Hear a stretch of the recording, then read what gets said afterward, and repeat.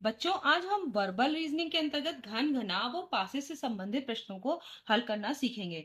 तो आज हम ये देखेंगे कि घन और घनाभ से संबंधित प्रश्नों को हम कैसे हल करें। तो उससे संबंधित पहले हम घन के बारे में समझ लेते हैं। तो जैसे देखिए कि यहाँ पर एक घन है। घन आप जानते होंगे कि उसके कितने पृष्ठ होते हैं? 6 पृष्ठ होते हैं। देखिए, एक, दो, आप जैसे आपका क्या होता है? पासा। तो वो भी एक घन है। एक, दो, तीन, चार, पांच, छह, यानी एक ऊपर नीचे दो हो गया। इधर ये देखिए, दो दो चार, और इधर छह। तो 6 पृष्ठ होते हैं एक घन में। और घन में प्रत्येक पृष्ठ क्या होता है? एक वर्ग के आकार का होता है, वर्गाकार। ठीक है। जिसमें इसका मतलब क्या है? लंबाई, घन की लंबाई, चौड़ाई और ऊंचाई, ये तीनों ही बराबर होती हैं। तो चलिए कि घन में अब अगर हम इस तरीके से, ये एक घन है, अगर हम इसी को जोड़ जोड़ के एक ऐसा ये देखिए, एक हमने घन बनाया है। और ये घन जो है, उसमें मान लेते हैं कि अगर इस एक घन में इसकी जो लंबाई, चौड़ाई, ऊंचाई समान है और वो 1 सेंटीमीटर है। तो इस तरीके से अगर हमने इन घन को जोड़ जोड़ के ये देखिए एक बड़ा घन बनाया है, तो इसमें इसकी लंबाई, चौड़ाई, ऊंचाई क्या होगी? तो आप जानते हैं कि एक, दो, तीन, इसमें तीन ऐसे छोटे छोटे घन जुड़े हुए हैं। तो यहां हो गई 3 सेंटीमीटर। अगर हमने इसको मान लिया कि ये 1 सेंटीमीटर इसकी जो लंबाई है, चौड़ाई या ऊंचाई, वो 1 सेंटीमीटर है, यानी घन की एक भुजा जो है वो 1 सेंटीमीटर है। तो यहाँ हो गया, इसकी लंबाई कितनी हो जाएगी? 3 सेंटीमीटर। चौड़ाई भी 3 सेंटीमीटर और ऊंचाई भी 3 सेंटीमीटर। इसमें कितने कितने छोटे छोटे घन लगे होंगे? जितना इसका आयतन होगा, यानी जितनी इसकी लंबाई, आयतन का मतलब जितना इसने स्थान घेरा हुआ है। तो इसकी लंबाई कितनी है? 3 सेंटीमीटर। चौड़ाई कितनी है? 3 सेंटीमीटर। ऊंचाई कितनी है? 3 सेंटीमीटर। तो इस घन का आयतन कितना हो गया? आप सोचिए, 3 गुणा 3 गुणा 3, तो कितना हो गया? 27 घन सेंटीमीटर। यानी इसमें 27 घन ऐसे लगे हैं छोटे छोटे, जिनसे कि ये बड़ा घन बना है। तो आप इसको गिनकर भी देख सकते हैं। एक एक देखिए, एक इस वाले में कितना है? ये देखिए, 1 2 3 4 5 6 7 8 9। तो ये 9 इधर है, फिर बीच में 9, और ये बाद में इधर भी 9। तो ये कितना हो गया? 9 तिया 27। तो इस तरह से भी आप गिन के भी देख सकते हैं। और आप फॉर्मूले से भी देख सकते हैं कि घन का आयतन जितना है, इतने ही घन लगे हुए हैं छोटे छोटे। अगर इसे एक घन को की जो भुजा है उसको 1 सेंटीमीटर मान ले, तो ये 27 घन सेंटीमीटर का आयतन है। और इसमें 27 छोटे छोटे 1 सेंटीमीटर के घन लगे हुए हैं, जिनकी भुजा 1 सेंटीमीटर। तो चलो, हो गया ये आप समझ गए कि इसमें कितने छोटे घन लगे होंगे। इसमें देखिए, अब क्वेश्चंस में क्या आता है कि मान लीजिए ये एक जो है वो 3 सेंटीमीटर भुजा वाला एक घन है। तो इसमें केंद्रीय घन कौन सा होगा? इसमें देखिए कुछ चीजें लिखी हुई हैं। केंद्रीय घन क्या होता है? केंद्रीय घन का मतलब जो बीच में है। तो केंद्रीय घन, इसमें यहाँ पर देखिए, इस पे भी दिख रहा होगा आपको कि बीच वाला जो है वो केंद्रीय घन है, जिसको 3 नंबर से दिखाया है। तो अगर हम यहाँ पर भी अगर इसको दिखाते हैं, आप देखिए, तो अगर हम यहाँ पे लिख रहे हैं 3 नंबर, इस पे हम डाल दे रहे हैं, तो हर जो पृष्ठ है, 6 पृष्ठ होते हैं घन में। और आपने देखा हर पृष्ठ में एक केंद्रीय घन होगा। एक देखिए ये वाला, इधर भी करेंगे तो ये वाला, इस पे 3 नंबर डाल देते हैं। इधर वाले में 3, ये 3 हो गए, ये 4 हो गए, अब इधर सब पड़ गया है। फिर ये पांचवा, और फिर ये देखिए सब पड़े हुए हैं यहाँ पर, ये छठा। तो ये 6 हमने पृष्ठों पर डाल दिया। तो कितने केंद्रीय घन होंगे? केंद्रीय घन कितने होंगे आप बताइए? तो केंद्रीय घन यहाँ पर होंगे 6। हर पृष्ठ में एक केंद्रीय घन होगा, जैसे कि यहाँ पर आपको पिक्चर पे भी दिखाई दे रहा है। ठीक है। तो आपका यहाँ देखिए कि यहाँ एक केंद्रीय घन, यहाँ यहाँ, तो हर में इस पे भी आपको दिख पा रहा होगा कि केंद्रीय घन जो है वो एक होगा। तो अगर 3 सेंटीमीटर भुजा वाला जो एक घन है, उसको अगर इस तरीके से 1 सेंटीमीटर भुजा वाले घनों से मिलकर बना है, तो उसमें केंद्रीय घन कितने होंगे? 6। ठीक है। तो एक हो गया। अब अगर मध्य घन क्या होता है? मध्य घन का मतलब ये। ठीक है। आप समझ में आ रहा होगा, मध्य में, ये बीच में, यहाँ पे ये वाले ये मध्य घन हो गए। ठीक है। इसको किससे दिखाया है? 1 नंबर से। तो यहाँ पे अगर आप यहाँ पर देख पाए, तो ये देखिए, ये है आपके मध्य घन, और ये कॉर्नर वाले। ठीक है। तो इसको अगर मध्य घन को ही पहले देखें तो 1 2 3 4, यानी इधर ऊपर में कितने हैं, 1 2 3 4, ये हो गए। अब यहाँ पे देखिए ये दूसरे नंबर पर भी यहाँ पर देखिए ये मध्य घन होंगे। तो यहाँ पर अगर लगाएं हम तो ये कौन से होंगे, 1, देखिए 2 3 और ये 4, ठीक है, हो गए। और फिर अभी ये देखिए तो क्या हो गया, एक इस ये देखिए इस पूरे से बना हुआ है, मान लीजिए ये वाला हिस्सा पूरा देख लीजिए, तो यहाँ पर 1 2 3 4 इसमें होंगे, और बीच वाले में भी 1 2 और 3 और 4 ये होंगे, और नीचे वाले में भी, जैसे ये मान लीजिए अगर 3 हिस्से मान लीजिए, तो यहाँ पर जो ये हिस्सा अगर हम निकाल रहे हैं, तो जैसे यहाँ पे देखिए इसमें अगर हमने देखा तो 1 2 3 और 4, ये 4 इसमें होंगे, तो 4 बीच वाले में भी होंगे और 4 नीचे वाले में भी होंगे। तो ठीक है, आपको पता चल गया कि कैसे हमने मध्य घन, तो कितने हो गए, 12, ठीक है।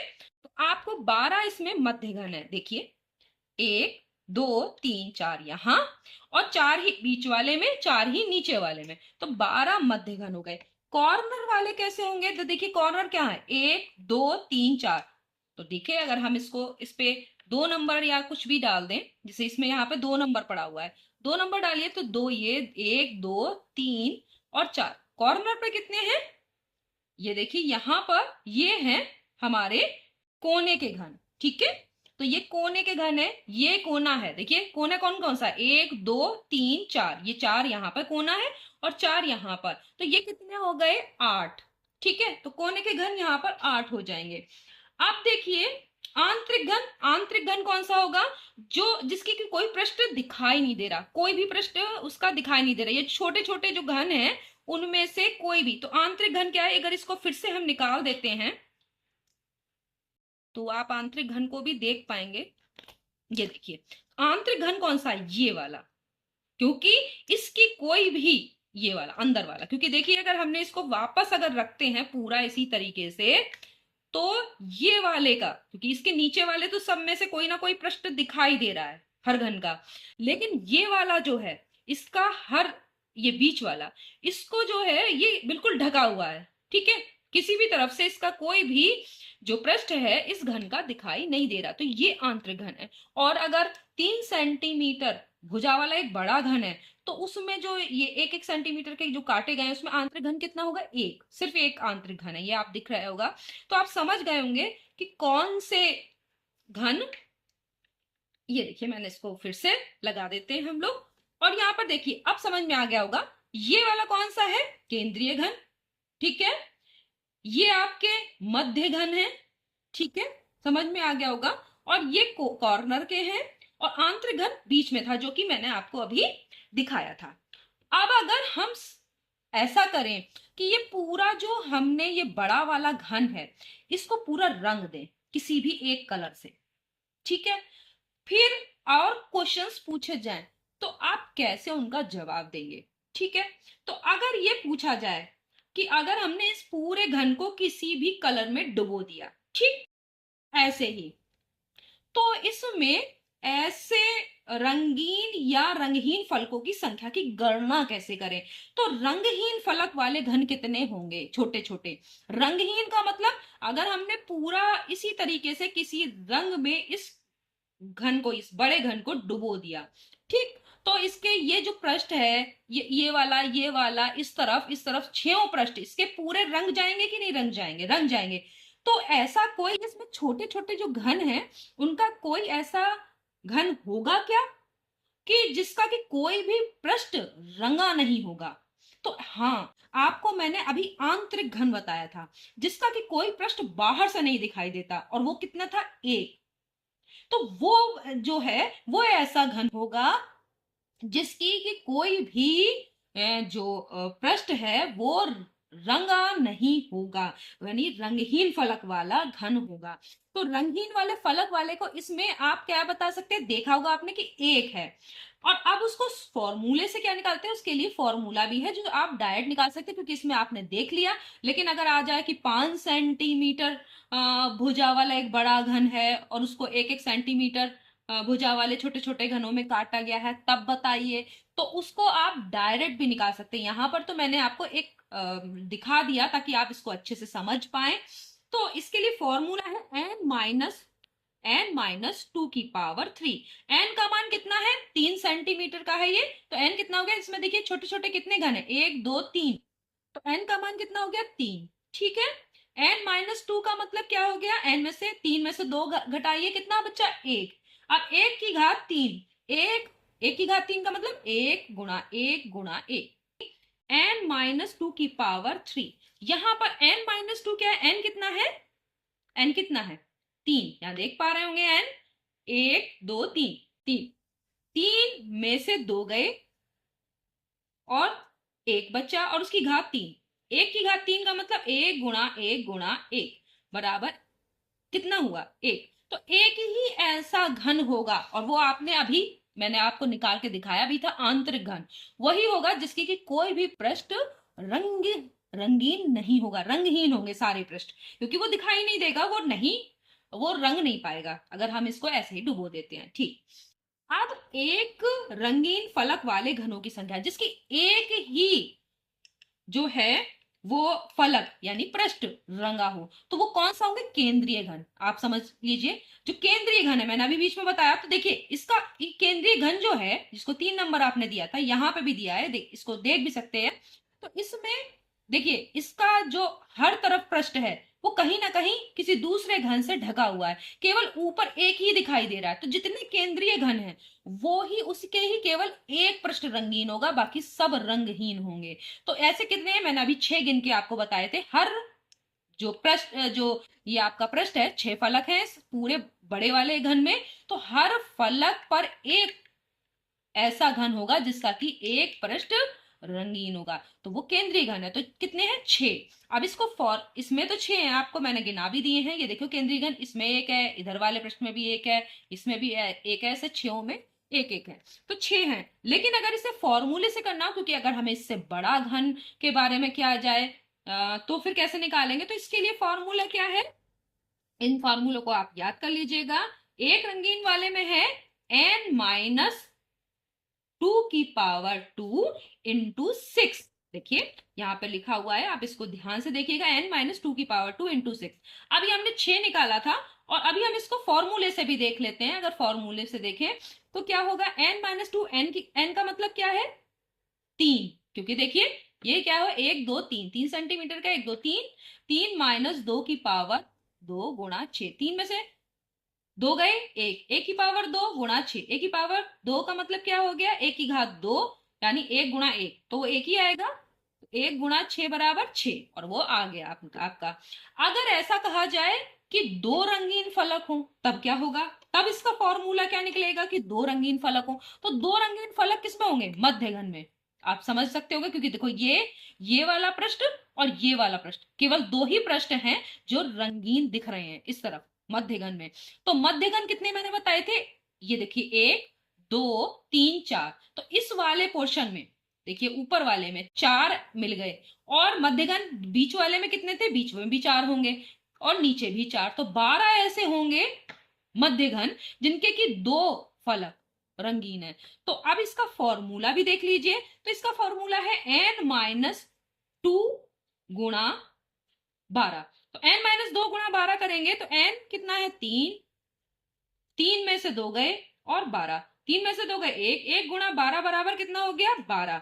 इसका मतलब क्या हुआ आपका कि 12। आपने देखा कि मध्यघन जो है वो ही उन्हीं के ही 2 पृष्ठ जो है, ये वाला और ये रंगीन होंगे, बाकी सब पृष्ठ अंदर ढके हुए हैं। अगर ऐसा पूछा जाए कि 3 पृष्ठ किसी भी ऐसे कितने घन हैं जिनके कि 3 पृष्ठ रंगीन है, तो आप देख रहे हैं कॉर्नर वाले यानी कोने के घन। ये देखिए 1 2 3, इसके 3, ये देखिए कोने में जो हैं इनके 3 पृष्ठ रंगीन है। इधर ये वाला भी, इसमें भी, तो ऐसे कितने हैं कोने पे? 8। यानी अगर ये हमेशा 8 ही रहेंगे। क्यों 8 रहेंगे कोने के घन जिनके कि 3 पृष्ठ रंगीन है? क्योंकि अगर बड़ा भी घन बनाया जाए या बड़ा भी घनाभ हो तो कोने पर तो 8 ही होंगे। देखिए 1 2 3 4 ये, ठीक है, 4 ये और 4 ये, 8 ही होंगे। ठीक है, तो इस तरीके से इसमें अगर पूछा जाए, देखिए आपका फॉर्मूला भी है, अब इसको देख लीजिए, तीन रंगीन फलक वाले घनों की संख्या 8, ये हमेशा एक जैसे ही रहेगी। तो आपको समझ में आ गया होगा कि अगर इस तरीके के प्रश्न पूछे जाएं कि एक बड़ा घन है जिसे एक एक सेंटीमीटर के छोटे घनों में बांटा गया है और उसको किसी कलर में डुबो दिया जाए, तो रंगहीन फलक वाले घनों की संख्या, तो रंगहीन वही होगा जो आंतरिक घन होगा, ठीक है, जो अंदर होगा, उतने ही घन होंगे। अगर इससे बड़ा होता तो उसमें ज्यादा होते, ठीक है। एक रंगीन फलक वाले घन कौन से होंगे? ये वो होंगे जो कि केंद्रीय घन है, और दो रंगीन फलक वाले वो होंगे जो कि मध्य घन है, और तीन रंगीन फलक वाले कौन से होंगे? जो कि कोने के घन है, ठीक है। तो आपको इस मॉडल के थ्रू या इस जो है टीएलएम के थ्रू आपको अच्छे से समझ में आ गया होगा कि हम इसके घन वाले सवालों को कैसे करेंगे। तो नेक्स्ट वीडियो में हम इसी से बड़े घन पर कुछ सवाल को और हल करेंगे फॉर्मूले के द्वारा, क्योंकि आप इसको समझ चुके हैं, ठीक है। तब तक के लिए धन्यवाद।